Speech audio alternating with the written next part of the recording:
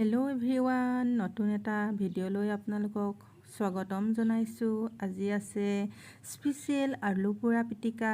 কেনেকৈনো মই আলুখিনি পুৰিলোঁ জানোচোন আহক। যিহেতু মোৰ ঘৰত কোনো জুহালৰ ব্যৱস্থা নাই, সেইকাৰণে মই আলুখিনিনো কেনেকৈ পুৰিলোঁ চাওঁচোন আহক।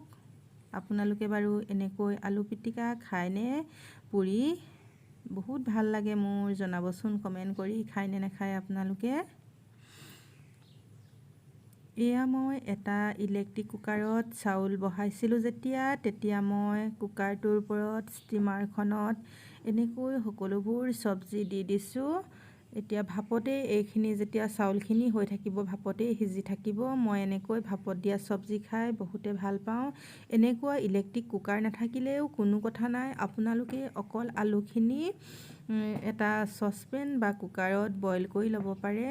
আলুখিনি যেতিয়া আপোনালোকৰ 90% সিজোৱা হৈ যাব, তেতিয়া আপোনালোকে আলুখিনি ধুনীয়াকৈ নমাই লৈ এডাল বাঁহৰ শলাৰে খুচি গেছৰ ওপৰত এনেকৈ আলুকেইটা পুৰিব। ধুনীয়াকৈ আলুকেইটা খুচি পুৰাৰ পাছত ইলুটি শিলুটি কৰি থাকিব। এনেকৈ বাঁহৰ শলা যদি আপোনালোকৰ সুবিধা নাথাকে কোনো কথা নাই, এখন কাটা চামুচেৰে আলুকেইটা খুচি এটা এটাকৈ ধুনীয়াকৈ পুৰিব পাৰে।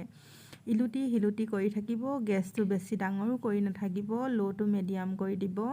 তেতিয়া আলুৰ ভিতৰটো ধুনীয়াকৈ পুৰি যোৱা নিচিনা হ'ব। পুৰা এই ফ্লেভাৰটো মোৰ বহুতে ভাল লাগে, কিয়নো সদায় বইল আলু পিটিকা খায়ে থাকোঁ, সদায় একেটা টেষ্টকে ভাল নালাগে। সেইকাৰণে ভাবিলোঁ আজি আলুটো পুৰিয়ে খাওঁ। কিন্তু পুৰিম কেনেকৈ, যিহেতু মোৰ জুহালৰ ব্যৱস্থা নাই, সেইকাৰণে ভাবিলোঁ গেছতে আলু পোৰা যাওক। আপোনালোকে বাৰু এনেকৈ আলু পুৰি খাইছেনে? যদি খোৱা নাই এবাৰ ট্ৰাই কৰি চাবচোন আৰু কেনেকুৱা পালে মোক জনাব।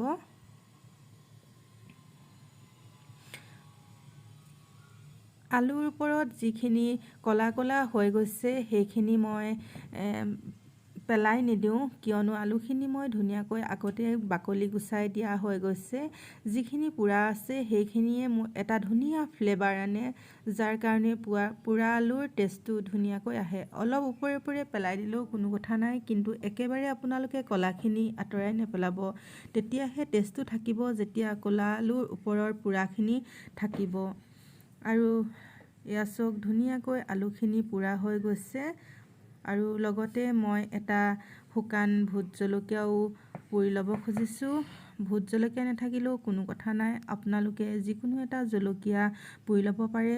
জলকীয়া পুৰি ল'লে যিটো জ্বলাৰ ফ্লেভাৰ আহে সেইটো পিটিকাৰ লগত বৰ ধুনীয়াকৈ মিলি যায়, খায়ো ভাল লাগে।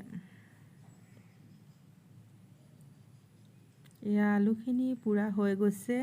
ধুনীয়াকৈ আলুখিনি মই মোহাৰি লৈ পিঁয়াজ, নিমখ আৰু তেল ঢালি পিটিকা তৈয়াৰ কৰিলোঁ।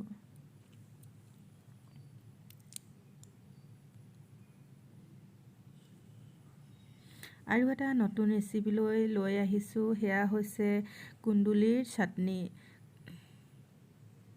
কুন্দুলি বাৰু আপোনালোকে কেঁচাকৈ চাটনি কৰি খাইছেনে? কুন্দুলিকেইটা ধুনীয়াকৈ ধুই সৰু সৰুকৈ কাটি লৈছোঁ। যদি কুন্দুলিৰ চাটনি খাই চোৱা নাই, তেতিয়া আপোনালোকে এবাৰ কুন্দুলি চাটনিৰ ৰেচিপিটো ট্ৰাই কৰি চাব আৰু মোক কমেণ্ট কৰি জনাবচোন কেনেকুৱা লাগে।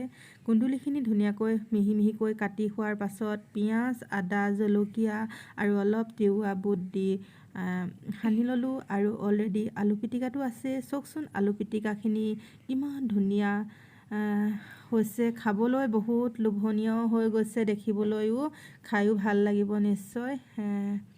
এয়া আছে কুন্দুলি ভাপত দিয়া, জিকা আৰু ৰঙালাওখিনি ঠিক তেনেদৰে মই পিটিকা কৰি লৈছোঁ, অলপ নিমখ আৰু পিঁয়াজ তেল দি। আৰু এয়া আছে দাংবডি বইল আৰু লগতে পঁইতা ভাত। গৰম ভাত বনাইছিলোঁ যদিও মই কালি ৰাতিয়ে ৰাহি হোৱা অলপ পঁইতা ভাত পানী দি থৈছিলোঁ, আৰু সেইখিনি লগত ভাবিলোঁ এটা পোৰা আলু আৰু অলপ ভাপত দিয়া চব্জি বনাই লওঁ আৰু অকণমান ওপৰতে মিঠাতেল ঢালি ল'লোঁ। মোৰ দৰে এনেকৈ বাৰু আপোনালোকে পঁইতা ভাত পানী দি খায় নে নাখায় জনাবচোন। ভোট জলকীয়া তেলটো আছেই, ভোট জলকীয়া আচাৰত দিয়া তেল পালে আৰু কিহে পায়। পইতা ভাতৰ সোৱাদটোৱেই অনন্য হৈ যায়, হয়নে নহয় বাৰু? আপোনালোকে বাৰু মোৰ ভিডিঅ'টো চাই কেনেকুৱা পালে জনাবচোন।